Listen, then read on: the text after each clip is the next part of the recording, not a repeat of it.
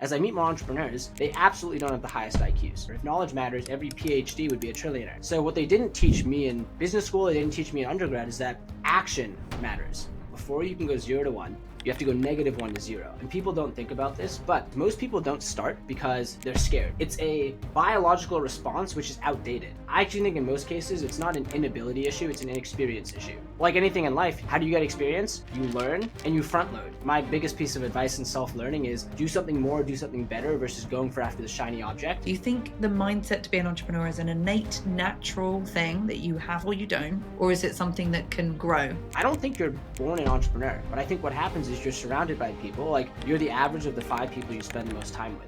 The riches are in the niches, or instead of serving many people mediocrely, serve one group spectacular. How can a small business make more money?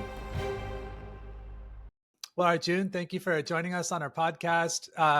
You are an alum from Y Combinator, which is well respected in the startup community. Could you tell us what it was like applying to that, getting in, and just that whole experience? I got rejected 3 times before getting in the 4th time. And a lot of people hear that. And one question I get is, why did you keep applying? You have to be a bit maybe ignorant or naive and think you can keep doing it. But the more statistical fact is that YC actually lets in a high percentage. I think in any given batch, over 50% of applicants actually were previous applicants. And the reason why this makes sense, the science behind the madness, is what YC is looking for are people who might not have the right idea. They're actually betting on the team. And I've seen this because the first idea that actually we got into YC with didn't work. So YC was wrong. But ultimately, they're betting on the founders. And in YC, there's this 12-week batch leading up to a demo day where you're going to try to raise capital. So what they're trying to see is how quickly can a team move and iterate. And coming back to getting rejected and getting in, if between the time of getting rejected and getting in, you're able to demonstrate, I onboarded this many users and grew this quickly, YC is going to say, okay, you've actually demonstrated you've made progress. So I actually think, and a lot of people ask, is YC worth it? My opinion, there's many things in life which are binary. You either get to the next level or don't. I would rather give up 7% of something and have 93% than on 100% of nothing. So my take is, hey, take the help if you can get it. Obviously, if you're a repeat founder or you think you actually don't need the help for other reasons due to your business, sure. But my non-nuanced take is take the help, give up 7%, own 93% of something versus 100% of nothing. So I'm sure there are many amazing experiences and relationships you had there. If you could just choose one, like what's one thing that just stands out to you as like, wow, that was totally worth it? This moment's ingrained in my brain. I'll take you back. It's actually post YC. And that's one thing that people don't realize is YC doesn't end when the batch ends. But like many things in life, closed mouths don't get fed. So if you ask for help, there's actually many people who are willing to help. This was a year into doola, post YC. I scheduled an office hours with our group partner. And I can say his name because I'm sure he'll be glad to have this advice tied to him. His name's Aaron Epstein. And I went into the call saying, hey, Aaron, we can't decide what to do. There's all these product fires and all these product bugs. Should we focus there on building a better product? But at the same time, we need to improve our acquisition. This channel's not working. We want to test this thing. How do we figure out which one's more important, what to do? And while I was telling him that, I could kind of see him like a disappointed parent just nodding his head or shaking his head. And what he said is, the average company dies. In many things in life, if you're average, you exceed. If you're average at Harvard, you get an A. I think there's some great inflation there now, but if you're average at Harvard, you get an A, incredibly high earning career. But the average startup actually dies. You need to be extraordinary. And what he said is the average founder will look at those two and say, I have to pick one. The extraordinary founder will say, what is the 80-20 or 90-10 solution? There's got to be something that with 10% of the effort, I can achieve 90% of the outcome. And they do both. And that was a huge eye-opener where, wow, I have to reframe how I approach things. There's always going to be prioritization. So that doesn't mean you should try to do 10 things, but really taking this mindset of there's got to be low-hanging fruit. How can you attack both? So that's my favorite YC moment. What's brilliant about that is that there's sometimes such a small thing, right? A question, should I do A or B? And the way somebody answers the question opens your mind up, not just to that particular situation, but how to view the entire thing.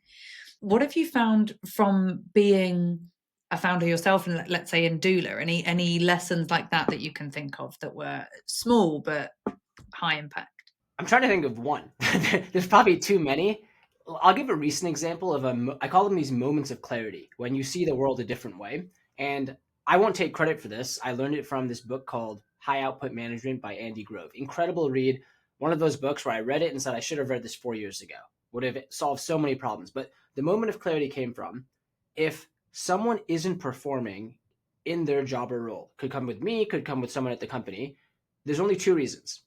It's either that they aren't motivated or they aren't trained. It's a motivation problem or a training problem. And the analogy he used to describe this, which has resonated, or I actually added my own analogy in, is let's say, David, I said, hey, today you need to go run a marathon, otherwise there's a gun to your head. A gun to your head. You need to run the marathon or else. Now, you might be a runner, so this could be a bad example, but let's say you've never ran a marathon.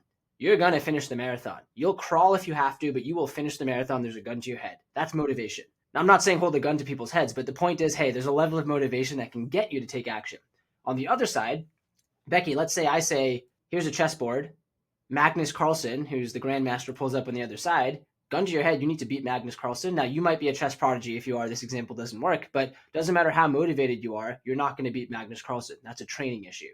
So when I saw that, I was like, holy crap. I need to evaluate in a company, if something's not happening, is it because they aren't motivated, which matters, incentive shape outcomes, or is it because they aren't trained? And the training could be, am I not training them? Did I not put them in the right position? Or do we need to level them up? And that just made it so much clearer for me on, okay, it's really not a what issue, it's always a who issue. And the who comes down to, are they motivated or trained? And any problem feels way more solvable now. So that was a massive moment of clarity, this idea of understanding, is it a motivation issue or a training issue? And I like that because it makes problems that seem kind of fuzzy way more solvable. And out of interest then, I love that. How would you differentiate? How would you determine if it is motivation or it is training that's causing the problem? I think it's a bit of candor on both sides. One of our values is communicate with candor. So right at a startup, there's different levers you can have for motivation. Obviously, compensation is one lever, but then there's also values. Do I enjoy working at this company with these types of people? There's also longer term compensation, things like equity, or it could be a revenue share.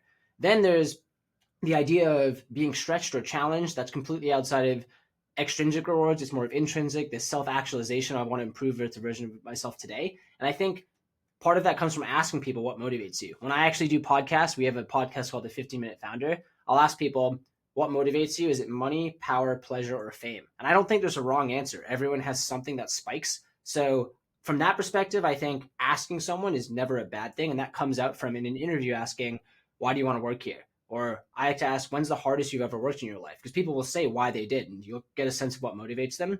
And then on the training side, this is where I think the clearer expectations are on, hey, here's a KPI or metric we want to hit. If we don't hit the metric, why didn't we? Was it the execution? Was it the strategy? Or it could be a training issue. So I'm kind of get better at this. I'm saying it like I'm a perfect wizard at this, but I'm not. But what I've realized is, hey, just more candid communication, being more direct on, these are expectations, are we aligned, allows us to figure out which of those is it motivation or is it training. You described doola as business in a box for LLCs. What crucial entrepreneurial problem does doola solve, and why was that the right entry point for you? Typically, when someone's starting a business, let's say you're selling on Shopify or Amazon, you're starting an e-commerce business, the first thing you'll do is you'll go to Google and you'll search, how do I start a Shopify business? You'll then read and find 5 conflicting pieces of advice saying form in this state or do an LLC or do this. So that'll give you a migraine. It's migraine inducing. That's a direct quote we've heard from customers. But let's say you navigate past that. You take an aspirin, you find the answer. You then have to navigate going to a state website that looks like it was built in the AOL era, which is the Delaware State website, to form your company. Cool, you did that too. You're persistent. You then have to fax a form to the IRS to get your EIN if you're a non-US resident. We're going to have flying cars soon, but you still have to fax forms to the IRS. Cool, you made it through there. Get a bank account. And then once you've gotten there, your goal is to get your first sale, but then to scale, you need bookkeeping. What is bookkeeping? Most people don't know, but really it's getting your books in order for tax filings, which are one of the 2 certainties in life, death or taxes. The IRS tax code, no one reads it. No one understands. People are scared of paying taxes, but they want to be compliant. No one wants to avoid taxes. I think take advantage of loopholes, sure. So that entire journey I just mentioned, I didn't even mention getting a reseller certificate or sales tax registration to avoid physical versus economic nexus. All of that, I didn't even mention once building the product or growing. And all of that is fragmented, time-consuming, complex, and stressful. Our goal is, what if we could connect the dots? This business in a box built for these e-commerce sellers so they can focus on getting from first formation to sale faster than anywhere else with doola, and then go to scale too. So the goal is to unify this fragmented back office. And our vision is today, the front end of e-commerce is Shopify or Amazon. The back end has been fragmented and hasn't existed. That's our goal. We unify that fragmented back end. Doola is your business in a box solution. We're with you every step of the way from first sale to scale. And how are you differentiated from, say, Stripe Atlas, which I heard some similarities, I think? Stripe Atlas specifically, first of all, I love any company, person, or individual helping entrepreneurs. Rising tide truly lifts all boats. Stripe Atlas is more focused on venture-backed C Corps. Now, I'll tell you a little story here. When I lived in San Francisco, my commute to work every day was I would pass the Uber office, then the Twitter office. I would take a right on 2nd Ave. I would pass the LinkedIn office. Then on Brandon Street, where I worked, was Dropbox. Next to Dropbox was Pinterest and Airbnb. Those are massive billion-dollar companies that have raised millions of dollars. That's all I saw. That's all I knew. Confession time. I didn't know what an LLC was. I didn't know what bootstrapping meant. I thought that was a type of sneaker or shoe. I thought you only try to raise millions, get into YC and TechCrunch. Now, I'm not saying that's a bad thing. Those companies have had massive impact, but Stripe Atlas is more focused on the venture-backed C Corp because Stripe Atlas is lead gen for payments. Now, again, nothing wrong with that, but we are more focused on the bootstrappers, the side hustlers. We are not building for doola. We're very upfront about that. Doola should not use doola. We're building for the solopreneur or that person with a few people starting and scaling an e-commerce business. So the second part of it is rather than just helping with formation and payments, we're building the back office. So there's product differentiation. And the second thing is we're very focused on e-commerce. So that means, hey, having partners like TikTok for getting your ad spend or OmniSend for your email marketing, we can help with the rest of the stack. So everything we don't do in-house, we'll find a best-in-class partner to help you too. And you mentioned an ongoing list, and I'm sure it goes on, of all of the different reasons really why people might not want to start a business. For a lot of founders, they get stuck at the idea stage. They're not even quite sure where to go. What would you say in your experience is the first step that most founders need to take before they get going on their journey?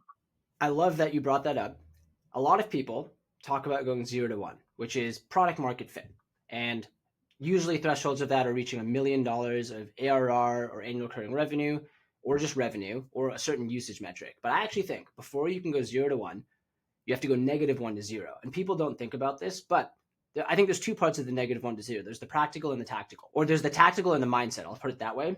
The mindset, because I think that's more important, is most people don't start because they're scared.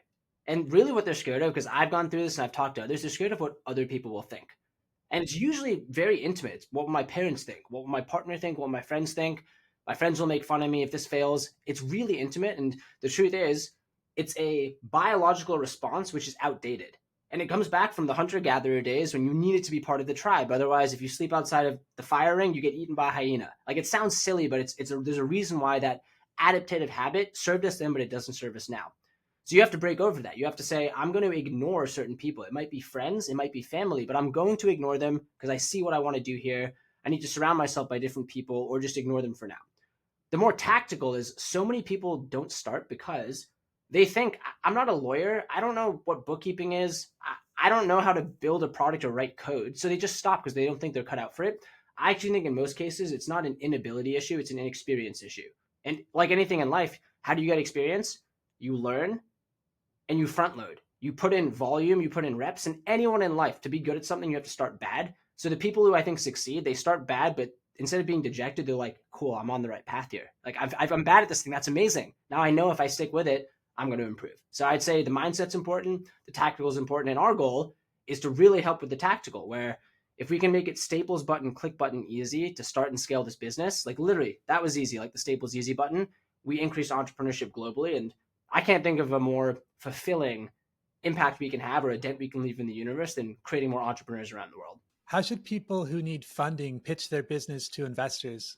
I'm laughing here because I just created a video recently with the 6 biggest mistakes I made. We've raised $13 million, and I won't tell you how to raise 50 or 100, but I feel qualified to say 13. So the 6 biggest mistakes that we made, I'll run through them very quickly here.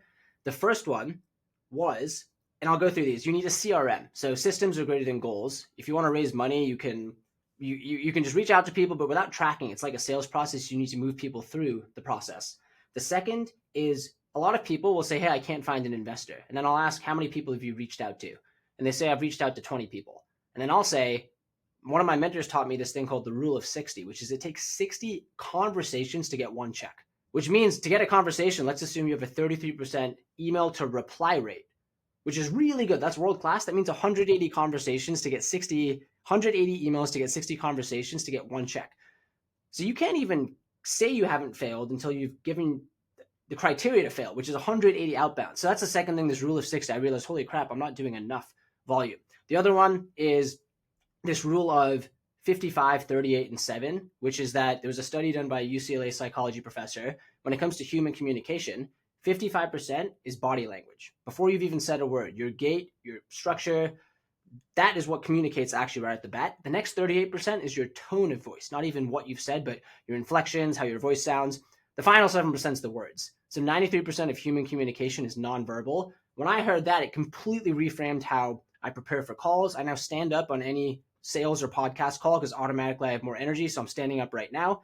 Subtle things like that. But as Sun Tzu says, like, the battle is won before the war begins. I think going into a call or a pitch, you can win just by doing something small there.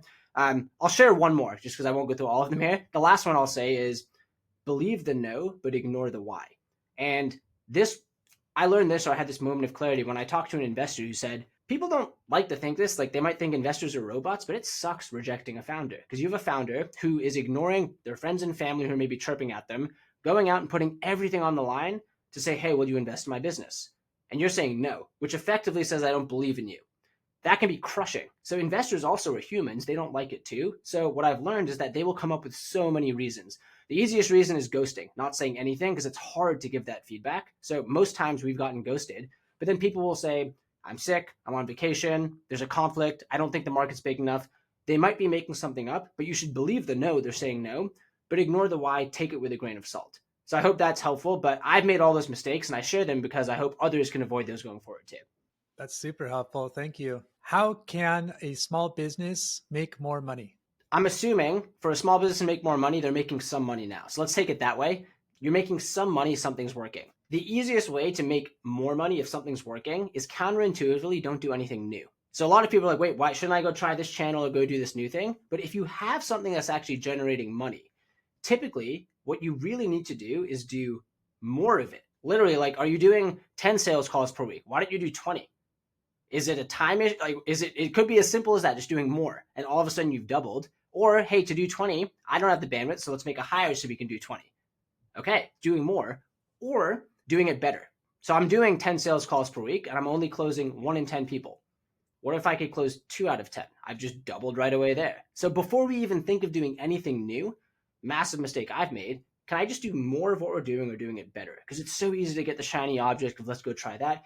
Building is fun as well, going 0 to 1. It's not as sexy to test email copy or to try to get a conversion rate up a little higher or to like scale the spend a little bit more. Not sexy, but that's where the results are. So that would be my biggest piece of advice in self-learning is do something more, do something better versus going for after the shiny object. That doesn't mean don't go after the shiny object, but it should be a way smaller portion of your portfolio of actions versus doubling down or doing better at what you're doubling down on. I'm glad you said that last bit because I think that makes a lot of sense. And I was thinking about it's that balance between depth of what you do. I'm the master of one trade versus jack of all, and having that diversity. That sometimes if you double down, let's just make an example. If you double down in running events as your way of generating business pre-COVID, then something changes outside of something you can control, and the thing you've doubled down on doesn't work anymore.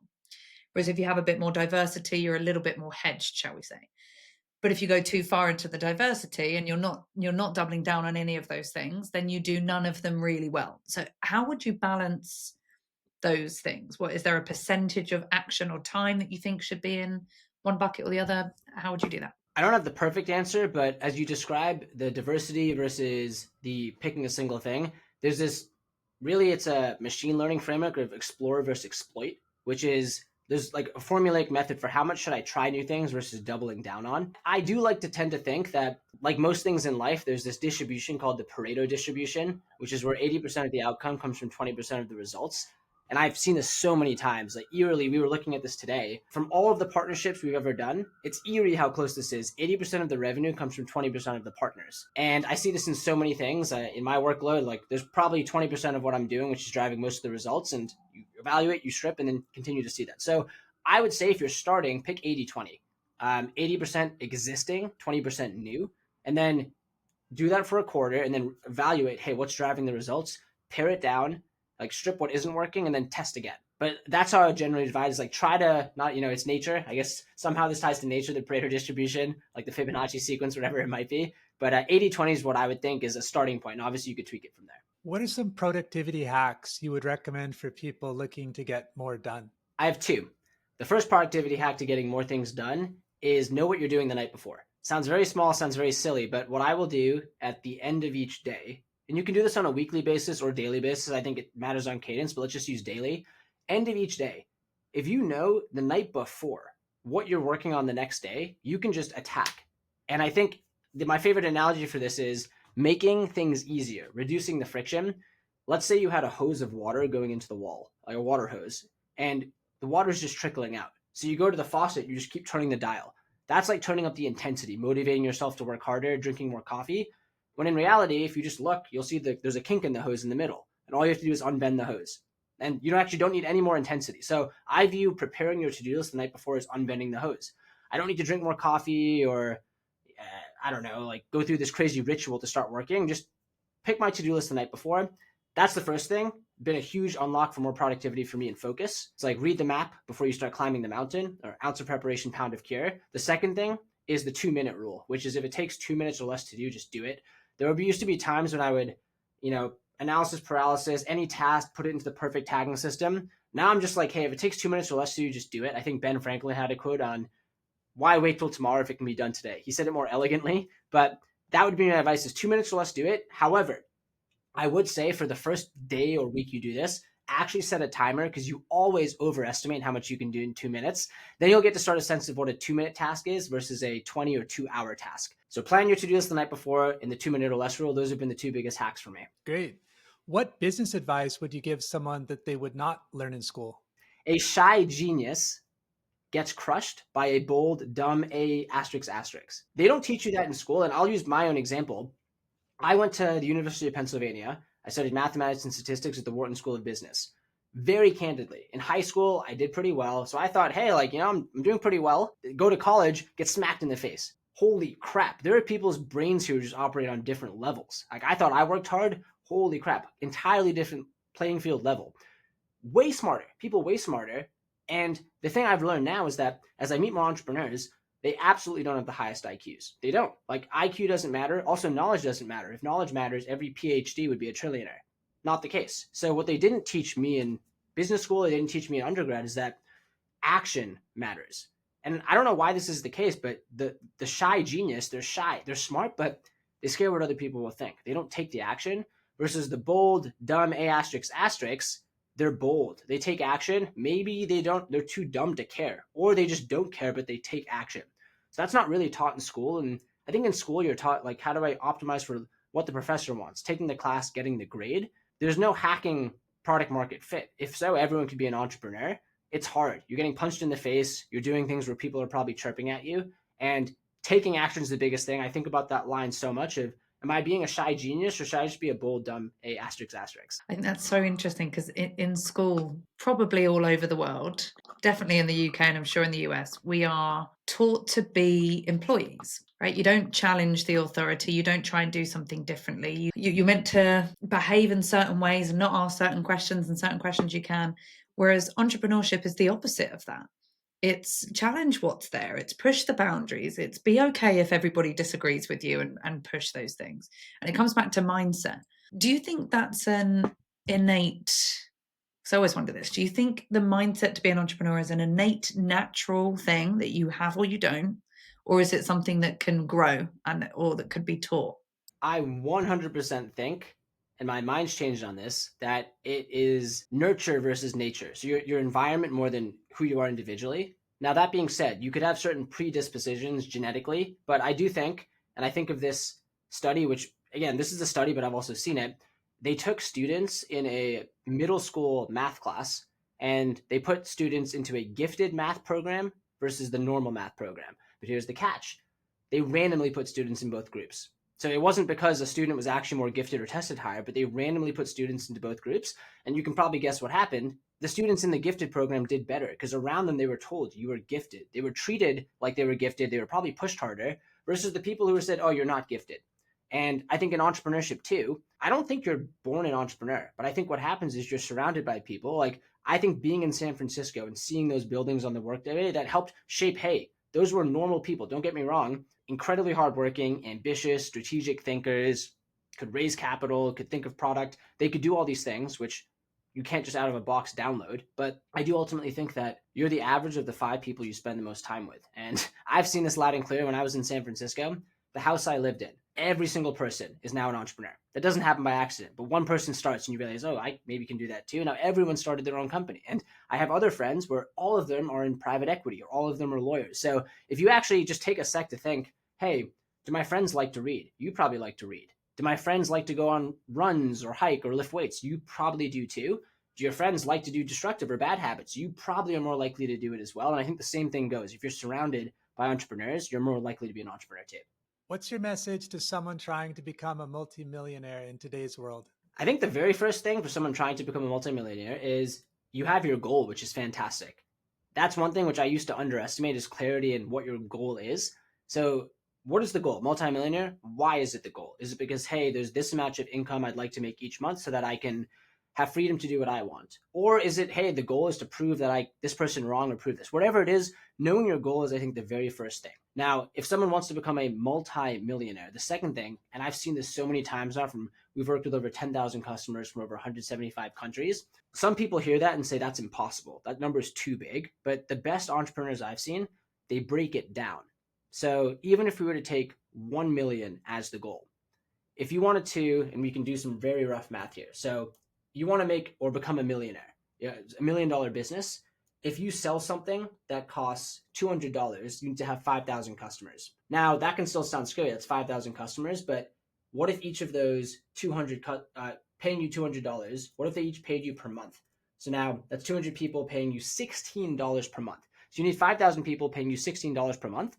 And hey, you can do that over a couple of years. So why it doesn't have to be in 1 year, it could be in 4 years. So now we've gone from 5,000 to 1,250. And then if you take 1,250 customers and you divide that by 52 weeks, that's 24 customers per week. So now you've broken it down to a per week goal. If you do it 7 days in a week, entrepreneurs might work a little harder. Or let's just say 5 working days. That's 5 customers per day.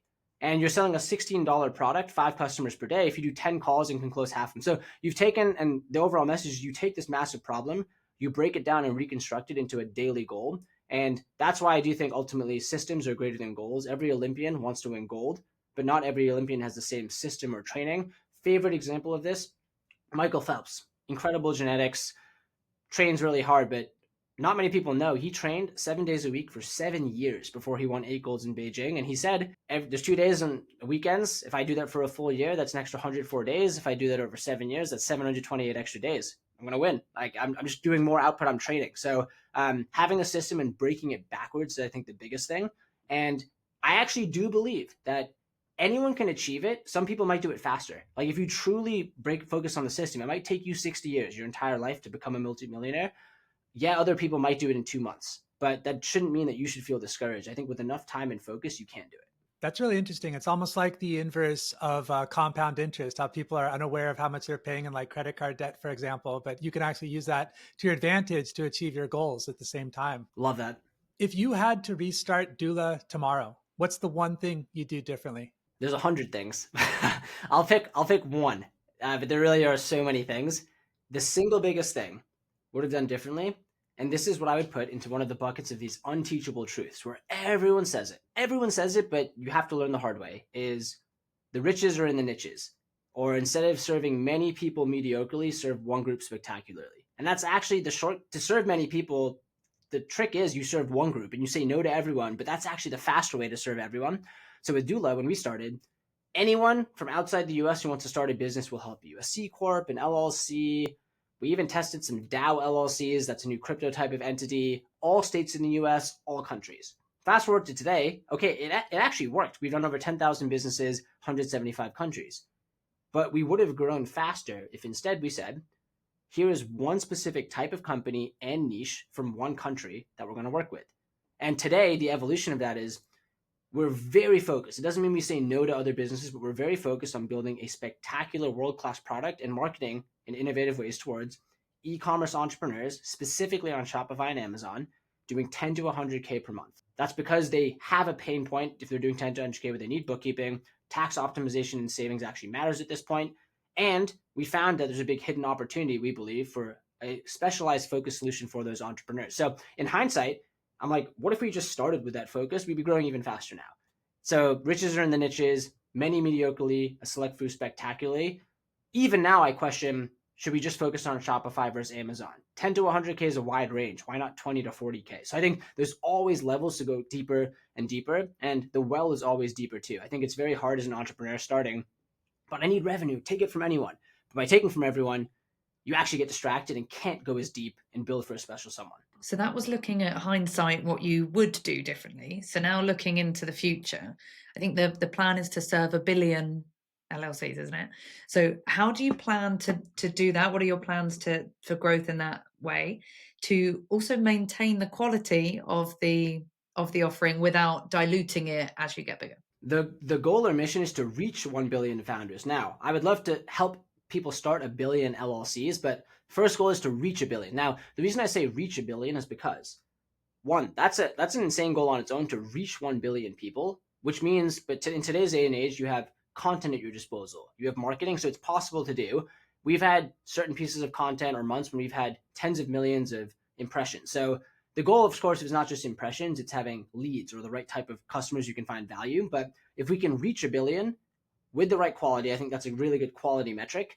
Then we know a massive portion of those groups is going to actually resonate with what we're building. So reach 1 billion, and the billion because 8 billion people globally, half the world has an internet connection. So that's 4 billion people. So we can reach anyone with an internet connection. And I do believe it's going to get easier and easier to start a business, meaning at some point you'll want to expand to the US, whether it's in 10 years or in 10 minutes, and you're like, hey, who's the best solution?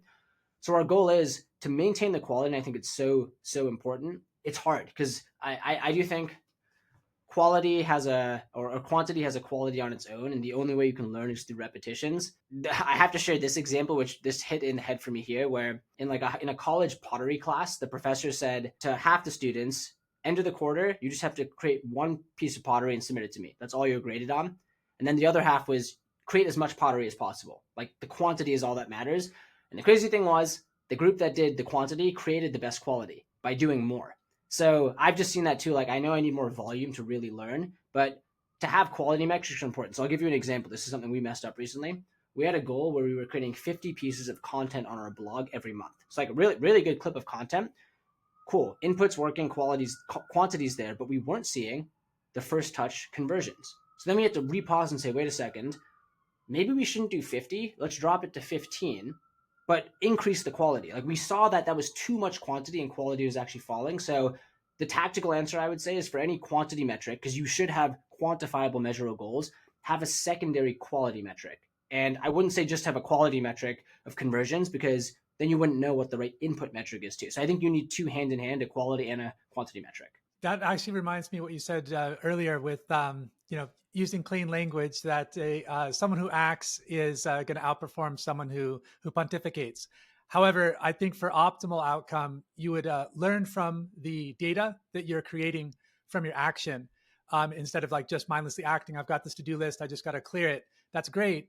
But unless you're like iterating on how to do that better, more efficiently, like, am I reaching the right niche, etc. And I've kind of seen people land on, I myself have landed on either side of that, where you're just thinking, because you could criticize like anything, like critical thinking, like, oh, but why not? Why this? Why not that? And then you're not actually doing anything. So similarly, like with what you just said, how do you find that balance? Is it by choosing the right KPIs? Are there some other kind of strategies or tactics that you found beneficial for finding the right balance between, I guess, thinking and doing? Consistent, perpetual work in progress. What I found personally is that I've typically, historically, gone too long with doing without picking my head up. And I think the best way to overcome this, which is what I'm trying to do now, is we as a company, we have an annual planning process where we come up with annual goals. Then we do quarterly objectives and key results, and we track the metrics weekly. So in the past, I probably haven't, with enough rigor, really thought about, hey, is this the right thing for the year? And then each quarter really pausing and saying, should we do this next thing next quarter?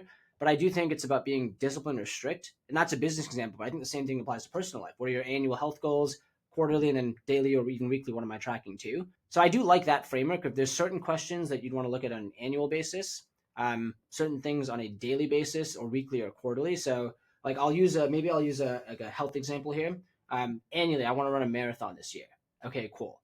That's the right goal right now, which means here's my training plan over the next few quarters.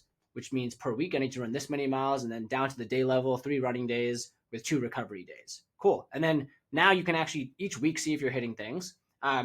Each quarter evaluate, am I on track? And then maybe the marathon goal changes because you learned about a triathlon. Oh, and I actually want to do that for this reason, so I need to add swimming and biking in. So I shouldn't just plod along with running this many miles. So again, it's perpetual work in progress for me, but that's what I'm trying to do across both areas of my life is I have an annual goal. Don't change it because I'm scared of the goal, because you committed to the process. That's the easy just to back out. But instead, each quarter at least, do a bit of a pause and understand, okay, continue more or better, or do I need to shift course and do something new? If we're sitting down together 5 years from now, how would you describe the world of entrepreneurship, and what role would you like Doola to have played in shaping it? It is getting easier than ever to start a new business. Tools are coming down. There's AI tools that help you write your code. There's no code website builders. The bar to create a business is coming down. You can use Shopify to build your storefront, which means I think there will be more companies started, which is fantastic. Now, I also think that means the quality bar goes up. If there's more offerings out there, you have to cut through the noise in terms of quality, in terms of your product, quality in terms of your marketing and your message.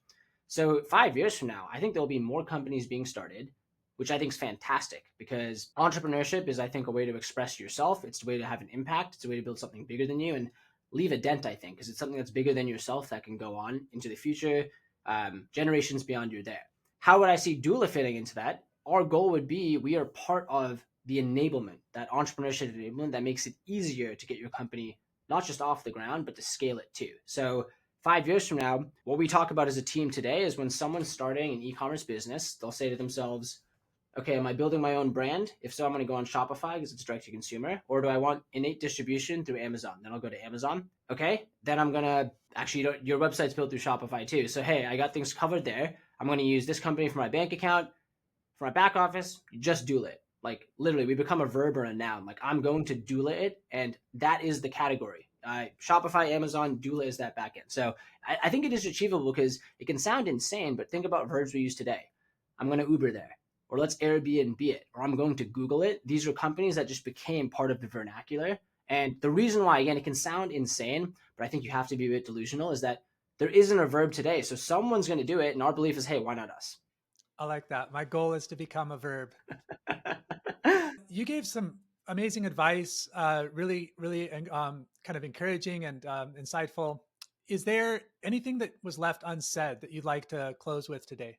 There's this line which I say to myself, and it comes back to, I think, this feeling of when someone's starting or taking action, which can make it really hard to do. And it's a slogan or mantra I repeat to myself, which is ignore the crabs. And this can be a bit morbid, but I think it does reflect some of the challenges that entrepreneurs face. If you take a bucket of crabs and one crab starts to climb out of the bucket, the other crabs, unfortunately, will pull the crab down and sometimes even break its leg. And the truth is, there's two things happening here. One, the crabs don't want to see that crab escape because they're stuck in the bucket. And two, this actually resembles society. And I've seen this now. It's so tough when you're in these infantile or nascent stages where starting a business, it's so fragile. And all it takes is some person supporting you or not supporting you. But what I've realized is that society does resemble a bucket of crabs in the sense that if you talk about, hey, I'm going to do this new diet or this new training plan, everyone's supportive. Hey, yeah, go for it. That sounds awesome. The second you start taking action, hey, why aren't you eating dessert? Why don't you live a little? Or, oh, like you're going to sleep again early. The same people who were supporting you are now chirping. They're being crabs. And again, I don't think it's intentionally people trying to be mean. I actually don't think so. It's just the inner crab coming out because you see someone taking action and you're not. So I think that's the biggest thing for anyone, whether you're starting or scaling a business, the crabs will be there. And again, I don't think people are innately bad, but it's an instinct that comes out. Now I try to catch myself. I'm like, oh, you're being a crab. No, like I try to stop myself now. Even I feel that inner crab tendency come out. But that would be my final parting thought is ignore the crabs. And instead of being around crabs, the solution here is surround yourself with your 5 chimps. Coming back to this idea of that entrepreneurship, you're not born with it.